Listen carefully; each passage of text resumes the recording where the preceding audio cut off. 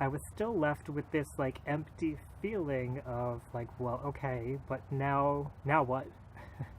Now what am I? In my head.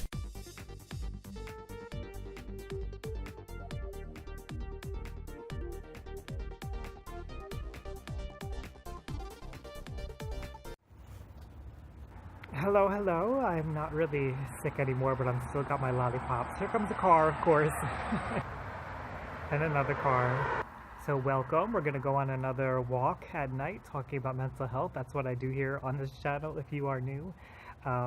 And I wanted to talk tonight about identity because I was talking with somebody, and hello, if you're watching, you're probably gonna be watching this one.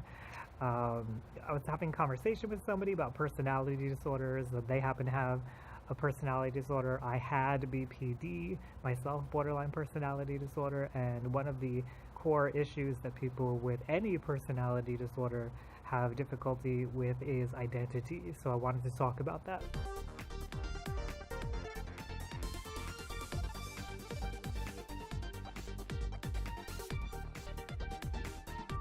I was talking with somebody, and I don't remember exactly how it came up, but we came to the topic of identity, and I remembered like I had specific issues around identity after healing from borderline personality disorder, or I should say while healing from borderline personality disorder. There's like a thing floating above my head, and I started writing about it on a blog actually, which is hysterical to me because I only wrote like 4 or 5 entries and then I just gave up because that was the way that I always did things. That's a little nod to the issue that personality disorders have with self-direction. My tendency with that borderline personality disorder stuff was to, sorry, I just saw my thumb was in the way, to flip-flop back and forth between projects, and I always would start a project and then give up, and start a new project and give up, and start a new project and give up, and I was always like passionate and excited to do it, but I would give up. Anyway, this is about identity, not self-direction, but it's kind of funny that that's something that I observed there. So, identity. I started the blog because I was having issues around my identity, and I felt like I didn't know who I was. This was around the same time that I had started meditating, and this was around 2012, and it was interesting to me because I thought like, oh, I was already healed of borderline personality disorder by that time, because I believe, and I'll have to try to figure this out somehow one day, but I believe that I learned about borderline personality disorder around 2008 or 2009. These cars are so loud today, I apologize if it's loud. I learned about borderline personality disorder, I believe, around 2008 or 2009, and so I started healing from it, and I felt like by the time I got into the relationship with my now current ex, I was mostly healed from it, which is interesting because I know I had like a lot of outbursts. I had a lot of that hostility and stuff still going on at the beginning of that relationship, so I knew I wasn't fully healed, but I didn't realize I was still working on things in 2012. That's kind of interesting to me. So let's get into what I was thinking around that time while I was wrestling with my identity.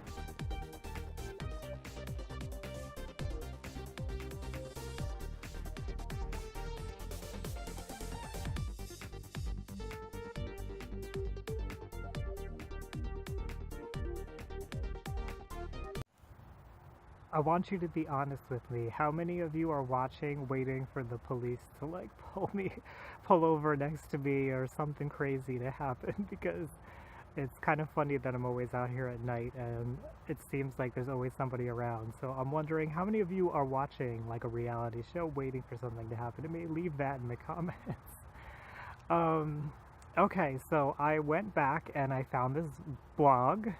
Not vlog, blog, written blog that I was doing, and it was about my identity and how I felt like I had no identity, and it was about those frustrations and how I felt like I never really had an identity and I never really felt like I knew who I was. And you might say, as somebody who doesn't have a personality disorder, you might hear that and be like, well, what the hell are you talking about? Like, everybody has an identity, it's who you are.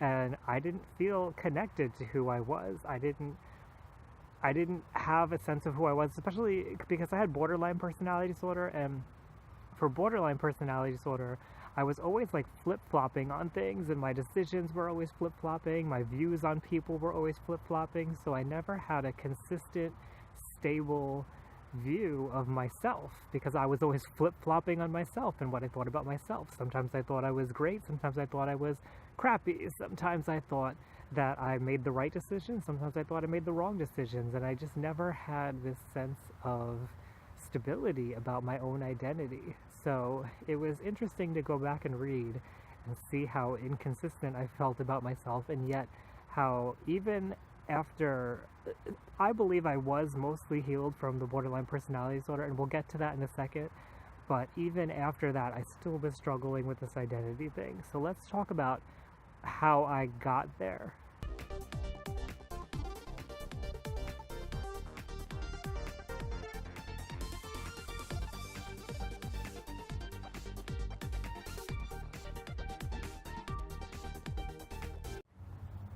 Let's see how I do in this location today. I like the lighting here. Sometimes I don't have the privacy I want. As we've established already, I just have to accept that I'm not always going to have privacy, which is tough, but it is what it is. So I had observed this blog, and I thought that I had finished with my borderline personality disorder healing.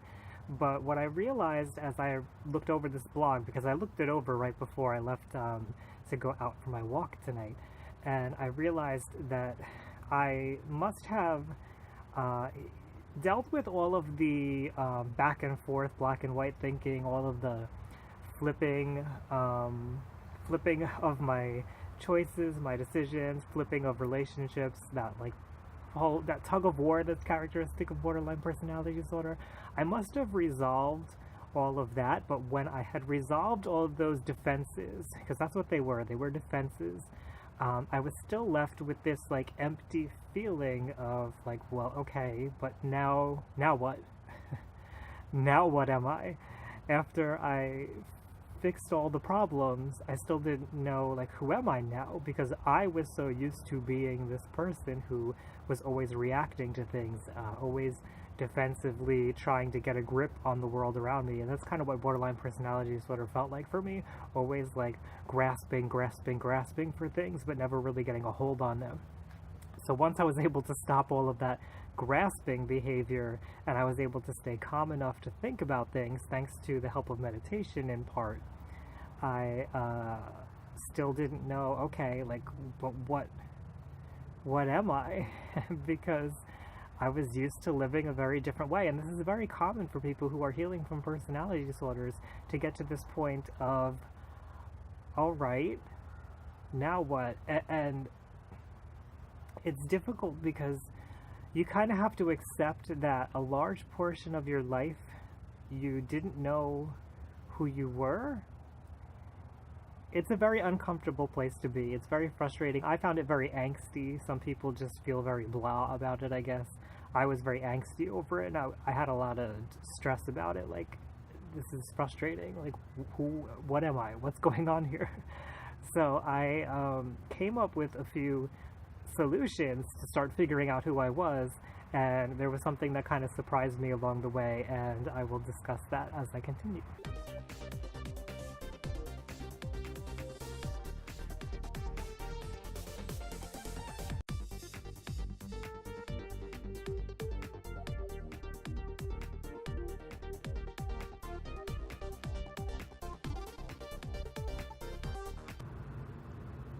I went on my Facebook page and I went back to 2012. It was specifically October that I started writing on this blog, and I realized, like, I had an identity. Like, I knew the things that I liked. I knew, I had interests. I had activities that I liked. I was getting into gardening a lot. Like, that's part of your identity. So I was like, why did I not feel like I have an identity? But I realized it's because I wasn't connected to the identity that I had. And I mentioned this a little earlier. It was because I was always defensive and reacting to the world, and I had no time to really connect with who I was. I was still there. I was inside, but I didn't know who that was. So what did I do? I came to a point where I realized I don't know who I am. So what did I have to do? Well, I had to learn, and I had to get interested in things, and I had to start recognizing the things that I was interested in. So I was interested in specific TV shows. So I had to acknowledge that and recognize, like, okay, that's part of me. Why do I like these TV shows? What is it about them that I enjoy? And I had to learn, like, okay, I wear clothing. Everybody wears clothing. So why do I choose the clothing that I choose? What does that say about me? And am I even choosing the right clothing? Maybe this isn't something that I enjoy. Do I enjoy comfort over something that's more fashionable? Do I like to be with the trend, or do I have my own kind of style? Like, what's going on there? So I had to answer those questions. And as I was saying the word trend out of my mouth, I realized, I was starting to act a little narcissistically at that time, meaning that I was referencing other people for my identity, and I was trying to get other people to recognize my identity and to affirm for me, like, yes, that's who you are. So I would throw things in front of people's faces, basically, or I would bring things up with the hopes that they would kind of recognize and like me for that. And I thought, like, okay, well, if I'm liked, then that'll be part of my identity. So that was kind of like a bad line that I was walking there, because Lord knows borderline personality disorder and narcissistic personality disorder share things in common, and I didn't need to add another personality disorder. I do believe at that time that I was narcissistic, but I don't believe I had a narcissistic personality disorder. But anyway, I needed to stop trying to reference other people, use other people as a reference for my own identity. So, like I said, I got in touch with the things that I was already doing that already defined who I was, and then if I felt like they weren't accurately defining who I was, I had to make a choice. And this is where our identity begins, in the choices that we make. So simple choices like, do you prefer red over blue?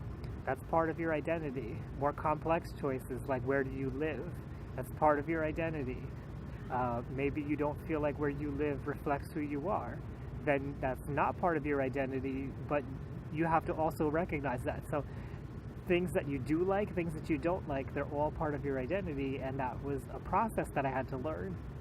And you can do this through talking with people. You can just observe, like here I am walking around at night. There's a lot of things to observe. Do I like this store over that store? Do I like this plant here? Do I like the way that my shoes feel? Like, all those things are part of you. Maybe that sounds superficial, but we are superficial in some ways.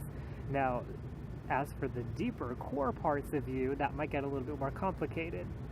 And so, I have like a tear, sorry. That might get a little bit more complicated. Those are like your beliefs. And some of us, we don't really think about our beliefs. We kind of, especially, I'm going to go back to me and borderline personality disorder. I didn't have time to think about beliefs. I was too busy reacting to the world and feeling like my emotions controlled me. So I didn't have any beliefs about anything. Or maybe I thought I did, but I didn't feel connected to it. Again, I probably had beliefs, but I didn't feel connected to them. So I had to learn, okay, like, what makes me make one choice over another choice? So now it's not so much just what choice did I make, but why did I make that choice? Why do I like this over that? Why do I choose to speak to these people and not these kinds of people? What is it about this person that I like and that I don't like, and why do I like that about them? Is it because I'm somebody who believes in individuality? Is it because I'm somebody who believes in equality? Is it because I'm somebody who believes in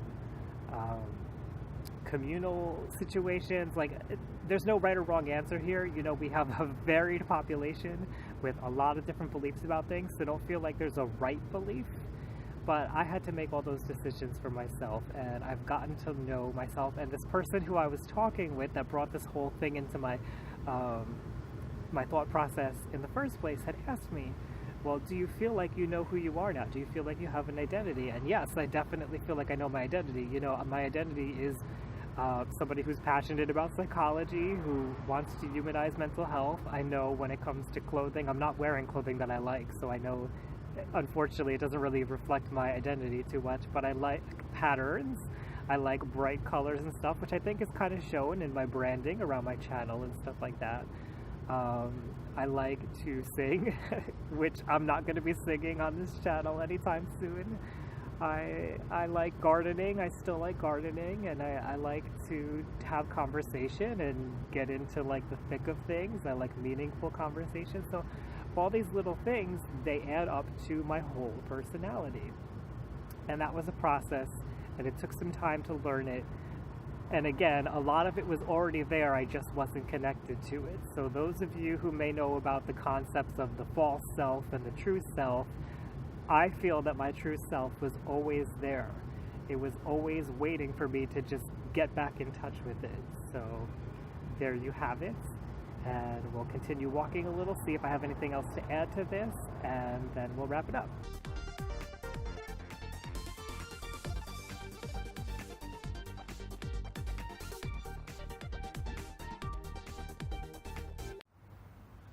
I guess the only thing that I would add is that your identity doesn't have to be rigid. It doesn't have to be something that never changes. You can change over time. Your choices, you know, if you decide you like purple today, that doesn't mean that you have to like purple tomorrow. These choices are yours to make, and so I think that's important to note for people who are healing from personality disorders, because we get often stuck in patterns, right? That's part of what personality disorder is, it's a pattern. So we get stuck in that pattern and we think that things have to be rigid, they have to always be the same way that they've always been. However, when you loosen up a little bit and you get to learn about your identity, it can change. It's okay for that to be, it's okay for you to change it. So that said, a quick little recap just to remind you, I wasn't able to connect with my identity until I got rid of those defenses, that defensive patterned way of being in the world that was my personality disorder. I had to deal with that first before I could ever connect with my identity, and I think that's important to know. So I'd like to hear from you. Have you ever struggled with your identity? Do you have a personality disorder? Maybe you don't. Maybe you just struggle with your identity. Maybe you're having an identity crisis. Let me know down in the comments below and let our community know so we can discuss it. Hit the subscribe button, hit the bell if you want to get notifications of my videos, and I think I'm going to put that blog up in my Patreon community, so if you want it, check it out over there at Patreon. I'll put that up in the little eye bubble thing that pops up, and that's a great way for you to support my channel as well and get extras. So thank you to all of you, whoever you are, Patreon supporter or not, thank you just for watching, and I'll talk to you again.